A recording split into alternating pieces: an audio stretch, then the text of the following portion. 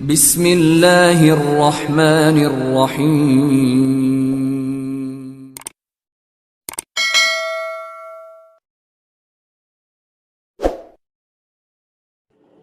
نحمدہ ونصلی علی رسولہ الکریم، اما بعد، اعوذ باللہ من الشیطان الرجیم، بسم اللہ الرحمن الرحیم۔ سب دیکھنے سننے والوں کو میرا سلام۔ رب اشرح لی صدری ویسر لی امری واحلل عقدۃ من لسانی یفقہوا قولی۔ آج 26ویں پارے میں 5 صورتیں جو ہے وہ آپ کے سامنے پیش کرنے کے لیے موجود ہوں۔ اب جیسے جیسے اختتامی پاروں کی طرف ہم جائیں گے، صورتوں کی تعداد بڑھتی جائے گی، موضوعات بھی بڑھتے جائیں گے۔ کوشش کروں گا کہ میں ایک اختصار کے ساتھ ایک مختصر انداز میں مختصر وقت میں ان کا احاطہ کرنے کی کوشش کروں۔ ویسے تو ایک انسان کے لیے بالکل بے بسی والی بات ہے، ناممکنات میں سے ہے کہ وہ اللہ تعالیٰ کی کسی بات کا احاطہ کر سکے، لیکن ایک کوشش ہوگی کہ میں مختصر سا صرف اسے بیان کر سکوں۔ احاطہ تو ایک بہت ناممکن سی بات ہوگی۔ آج 5 صورتیں ہیں۔ سب سے پہلے آج ہمارے پاس سورہ احقاف ہے جو کہ مکی صورت ہے۔ پھر اس کے بعد 3 صورتیں مدنی صورتیں ہیں، سورہ محمد، سورہ فتح اور سورہ حجرات۔ اس کے بعد سورہ کاف بھی موجود ہے اس پارے میں جو کہ مکی صورت ہے۔ ایک سورہ ذاریات کا جو ہے ابتدائی حصہ بھی یہاں موجود ہے، لیکن اس کا ذکر ہم انشاءاللہ اگلے پارے 27ویں پارے میں کریں گے۔ اب 26ویں پارے میں 2 مکی صورتیں ہیں، سورہ احقاف اور سورہ کاف۔ اور میں بہت بار پہلے بتا چکا اور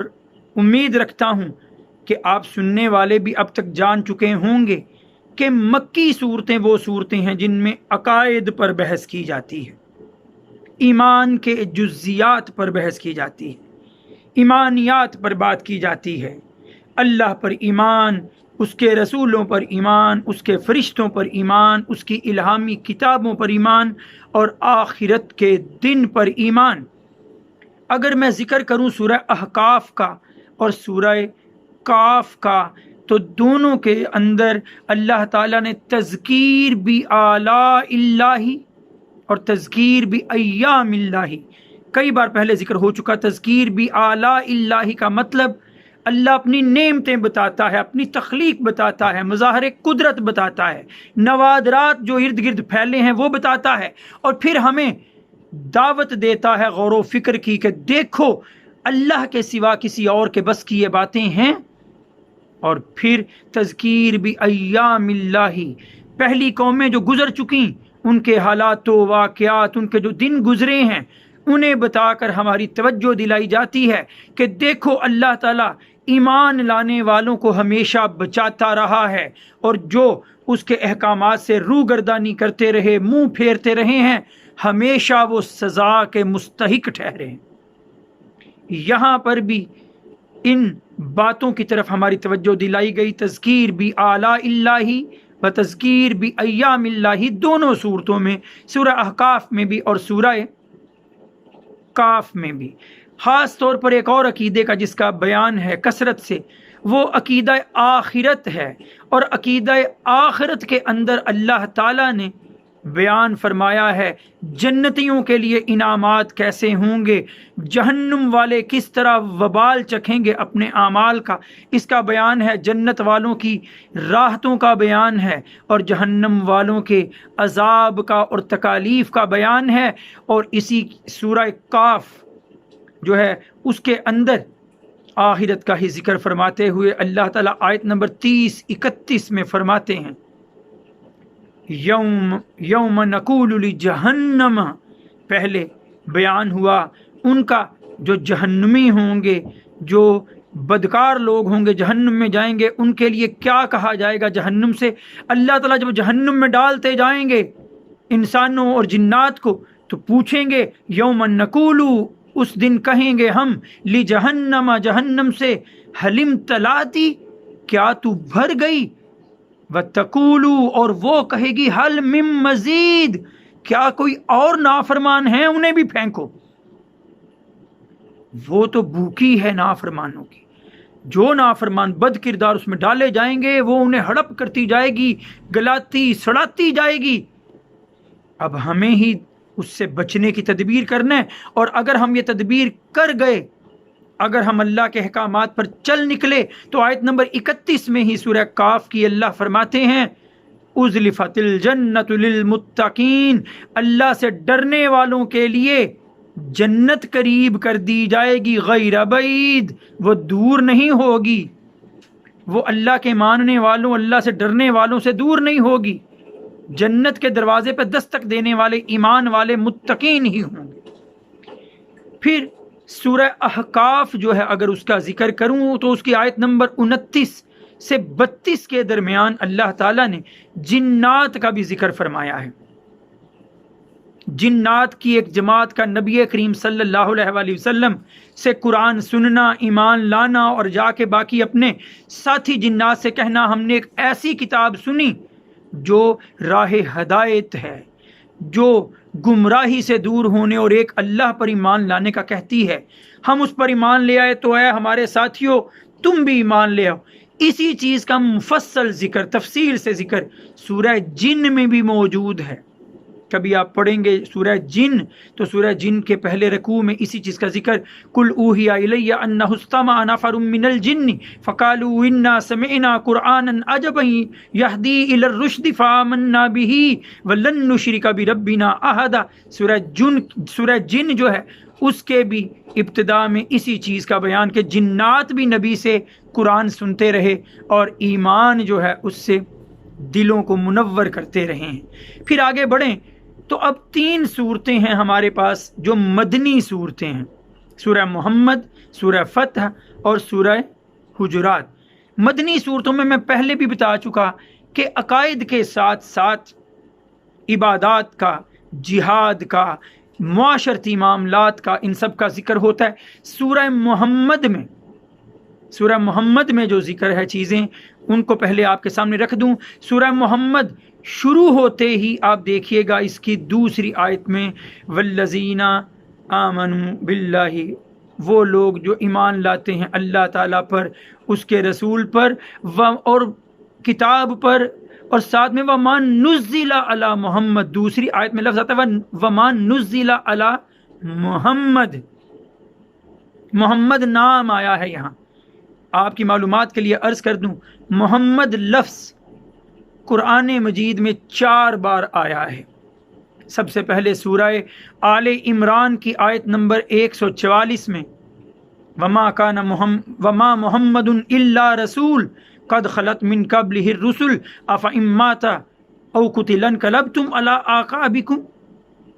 ایک یوں ذکر آیا کہ محمد صلی اللہ علیہ وسلم ایک رسول ہیں، ان سے پہلے رسول گزر چکے، اگر وہ فوت ہو جائیں یا مار دیے جائیں تو کیا دین سے ایڑیوں کے بل پھر جاؤ گے۔ دوسری آیت سورہ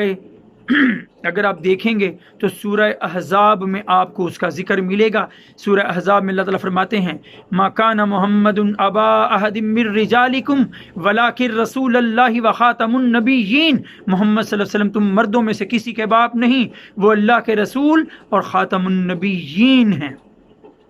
تیسرا مقام یہ سورہ محمد ہے۔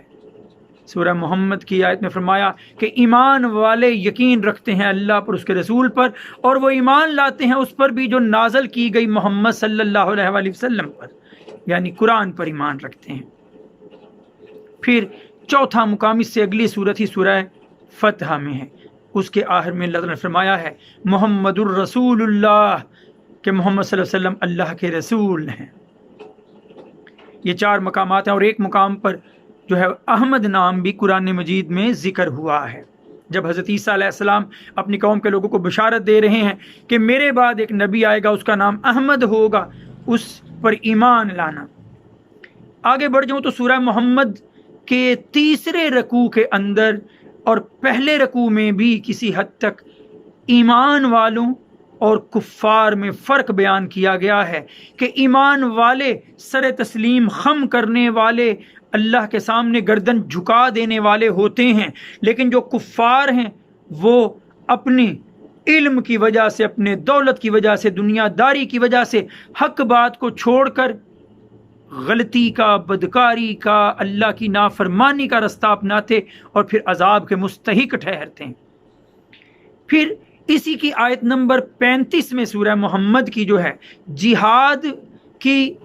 تبلیغ بھی کی گئی اور جہاد میں ثابت قدمی کا بھی بیان ہوا۔ اللہ تعالیٰ فرماتے ہیں فَلَا تَهِنُوا بزدلی مت دکھانا وَتَدْعُوا إِلَى السَّلْمِ، اور لوگوں کو صلح سلامتی کے رستے کی طرف بلاتے رہنا، وَأَنْتُمُ الْأَعْلَوْنَ، اور تم ہی غالب آؤ گے اللہ کے رستے میں، وَاللَّهُ مَعَكُمْ، کیونکہ اللہ تمہارے ساتھ ہے، وَلَنْ يَتِرَكُمْ أَعْمَالَكُمْ، اور اللہ تمہارے نیک اعمال کا بدلہ دینے میں کوئی کمی نہیں کرے گا۔ اللہ کے رستے میں نکل کر تو دیکھیں، اللہ خود ہی راستے آسان فرما دیتا ہے۔ سورہ فتح کی بات کروں تو اس کے اندر، اس کے 4 رکوعات کے اندر اللہ تعالیٰ نے ایک خاص واقعے کا ذکر فرمایا، اور وہ ہے صلح حدیبیہ اور اس کے مختلف جو ہے وہ پہلو۔ حضرت محمد صلی اللہ علیہ وآلہ وسلم کو ایک خواب آیا اور چند صحابہ کو بھی کہ نبی کریم صلی اللہ علیہ وآلہ وسلم عمرے کے لیے جا رہے ہیں، سر منڈوا رہے ہیں، تو آپ صلی اللہ علیہ وسلم نے صحابہ کو جو ہے وہ تیاری کا حکم دیا اور 1400 صحابہ آپ کے ساتھ تیار ہو گئے۔ حضرت عثمان غنی رضی اللہ تعالیٰ عنہ کو مکے کے حالات جاننے کے لیے بھیجا گیا، وہ وہاں گئے تو وہاں کے لوگوں نے ان کو پکڑ کے مقید کر لیا، قید کر لیا۔ اب حضرت محمد صلی اللہ علیہ وسلم قافلے کو لے کے چل پڑے، رستے میں یہ خبر ملی کہ حضرت عثمان رضی اللہ عنہ کو شہید کر دیا گیا، یہ بات مشہور ہو گئی، حالانکہ وہ وہاں پہ قید ہوئے تھے۔ حضرت محمد صلی اللہ علیہ وآلہ وسلم نے ایک درخت کے نیچے 1400 صحابہ کرام کو اکٹھا فرما کر ان سے بیعت لی، ان سے ایک عہد لیا کہ ہم سب پر عثمان رضی اللہ تعالیٰ عنہ کے قتل کا بدلہ، قصاص لازم ہے، اس یہ بیعت لی۔ اللہ تعالیٰ نے ذکر فرمایا ہے کہ اس مقام پہ پھر جو وہاں سے کفار سے جو ہے وہ ایک وفد آیا، ایک معاہدہ ہوا صلح کا کہ مسلمان اس سال واپس جائیں، اگلے سال عمرے کے لیے آئیں اور کوئی ہتھیار بھی ساتھ نہ لائیں، اگر کوئی مسلمان مدینہ چھوڑ کے مکہ آئے تو واپس نہیں کیا جائے گا، اگر مکہ سے کوئی آ جائے گا مدینہ مسلمان تو اسے واپس کیا جائے گا۔ یہ شرائط طے کر لی گئی، نبی کریم صلی اللہ علیہ وسلم نے کفار سے یہ معاہدہ کر لیا، طے کر لیا اور واپسی کا قصد کیا۔ اب صحابہ کے دل بجھے بجھے تھے کہ ہم تو تیاری کے ساتھ عمرے کے لیے نکلے تھے، تو یہ کیا واپس جانا پڑ رہا ہے؟ نبی کریم صلی اللہ علیہ وآلہ وسلم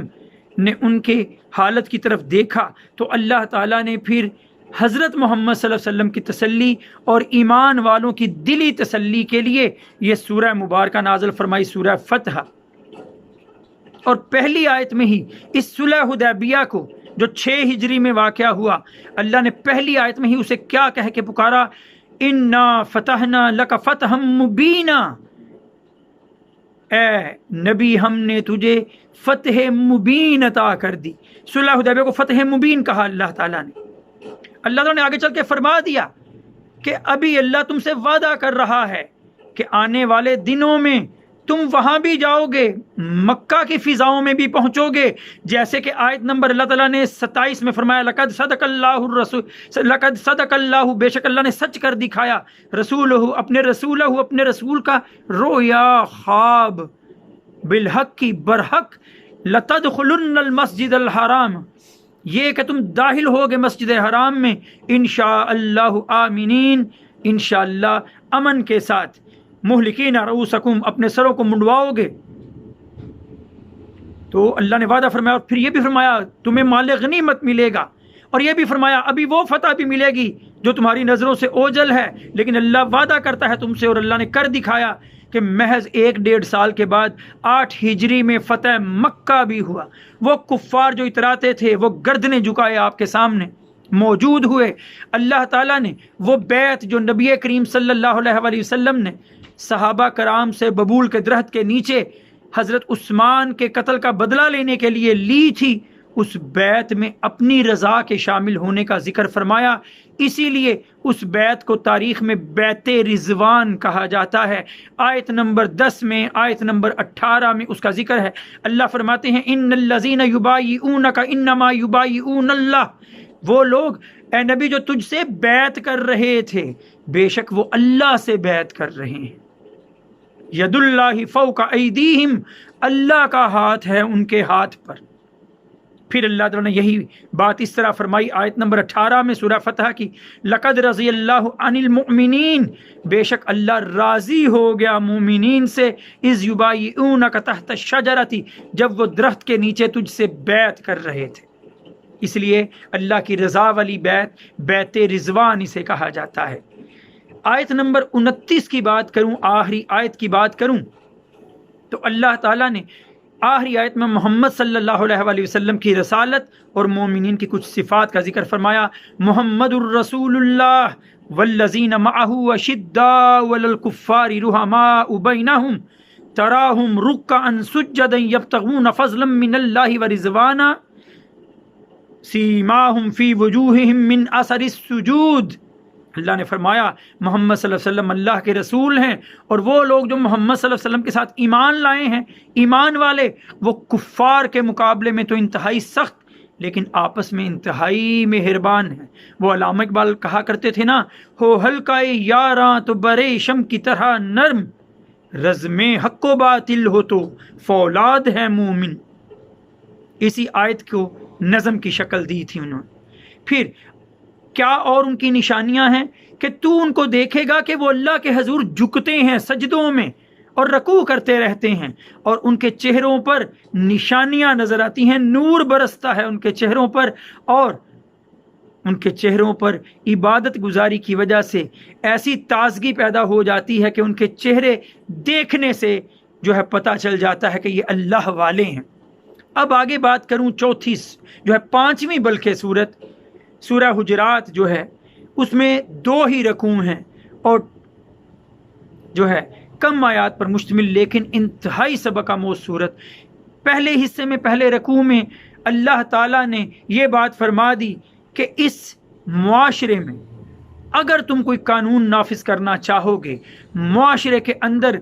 کوئی جو ہے ضابطہ لانا چاہو گے، تو یاد رکھو اس میں اصل حکم چلے گا صرف اور صرف اللہ اور اس کے رسول کا۔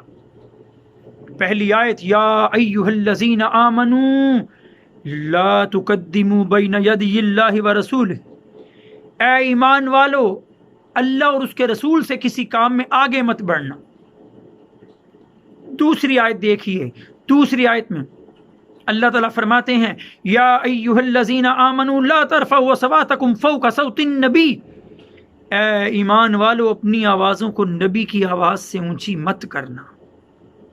ولا تجہروا لہ بالقول، اور اس کو ایسی آواز سے مت پکارنا کا جہر بعضکم لبعض، جیسے ایک دوسرے کو پکارتے ہو، ان تحبط اعمالکم، ایسا نہ ہو تمہارے اعمال ضائع ہو جائیں، وانتم لا تشعرون، اور تمہیں پتہ بھی نہ چلے۔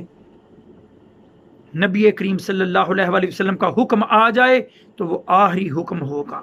اس کے بعد کوئی اپنی رائے نہیں، کوئی اپنا فیصلہ نہیں۔ میں پہلے بیان کر چکا سورہ احزاب میں، وما کان لمؤمن ولا مؤمنۃ اذا قضى اللہ ورسولہ امرا ان یکون لهم الخیرۃ من امرہم، کسی مومن مرد یا عورت کے لیے جائز نہیں کہ جب اللہ اور اس کا رسول کسی بات کا فیصلہ کر دیں کہ پھر بھی ان کے لیے کوئی اختیار باقی رہ جائے۔ اب نبی کریم صلی اللہ علیہ وسلم ہماری نگاہوں سے ظاہری طور پر پوشیدہ ہیں، تو آج کے دور میں یہ حکم کیا ہوگا؟ سن رکھیے، آج کے دور میں بھی یہ بات اسی طرح ہوگی کہ رسول کا کوئی حکم سامنے آ جائے تو پھر اس میں اپنی خواہشات ختم، پھر نبی کی رضا میں ہی اپنی رضا۔ وہ حدیث ہے نا، لا یؤمن احدکم حتی یکون ہواہ تبعا لما جئت بہ،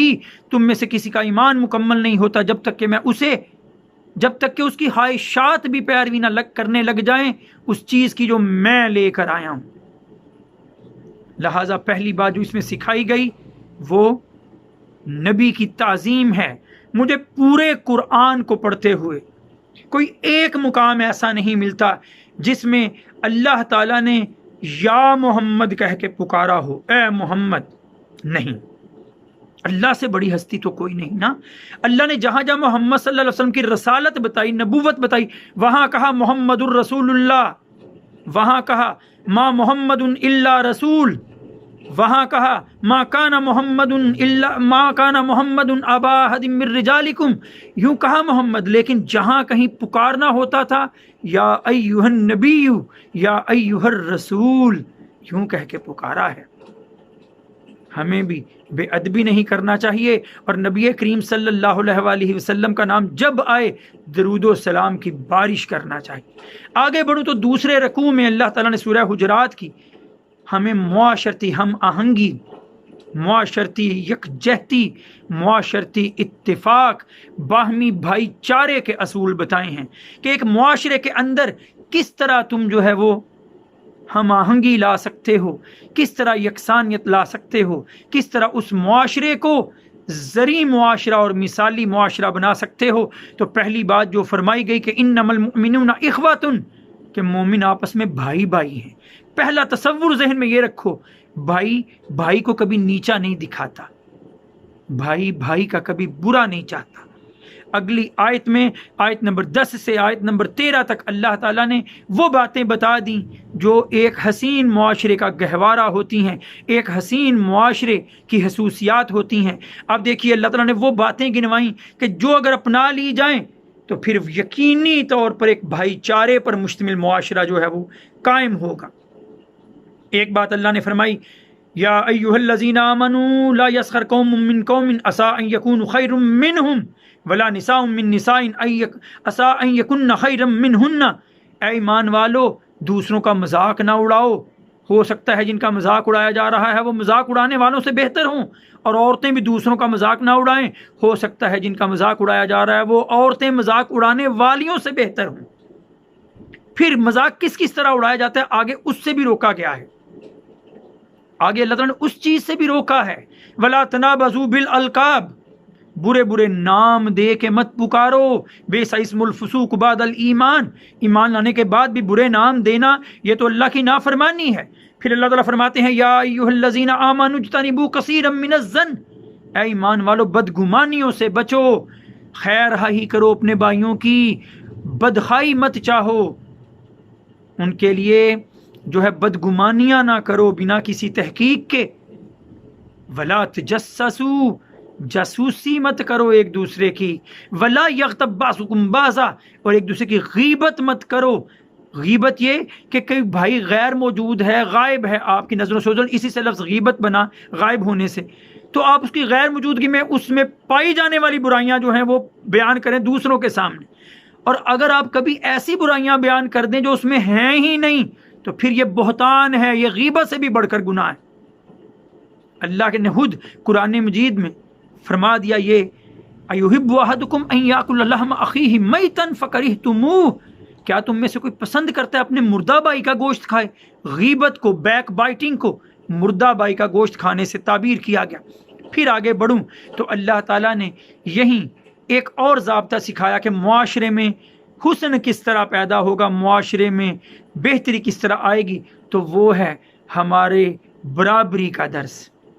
یا ایھا الناس انا جعلناکم، یہ ہم نے تم کو پیدا کیا، خلقناکم ہم نے پیدا کیا تم کو، من ذکر و انثی، ایک مرد و عورت سے، ہاں وجعلناکم شعوبا و قبائل، اور ہم نے بنائی تمہارے برادریاں قبیلے، لتعارفوا، تمہاری پہچان کے لیے، برابر ہیں سب کے سب بحیثیت انسان۔ اگر یہ ہو جائے ذہنوں میں بات پیدا تو پھر سب ایک نظر آئیں گے۔ لیکن اللہ کے ہاں معیار کیا ہے، کس سے ہم درجات حاصل کر سکتے ہیں، تو وہ اللہ تعالیٰ نے خود فرما دیا ان اکرمکم عند اللہ اتقاکم، تم میں اللہ کے نزدیک عزت والا وہی ہے جو تم میں زیادہ پرہیزگار ہے۔ ہم انسان ہونے کے ناطے تو سب کے سب برابر ہیں، لیکن اللہ کے ہاں اگر رتبہ چاہتے ہیں، مرتبہ چاہتے ہیں، تو یاد رکھیے ہمیں اتنا ہی اپنے آپ کو اللہ کے حضور جھکانا پڑے گا، اپنی میں کو اپنے اندر سے نکالنا پڑے گا کہ میں کچھ نہیں ہوں اللہ کے سامنے، سب کچھ اللہ ہی ہے، اور میں اور میرا سب کچھ اللہ کے لیے حاضر۔ گنوا دو اپنی ہستی کو، اگر کچھ مرتبہ چاہو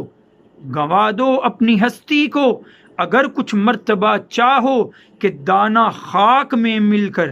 گلو گلزار ہوتا ہے۔ وآخر دعوانا ان الحمد للہ رب العالمین۔ السلام علیکم۔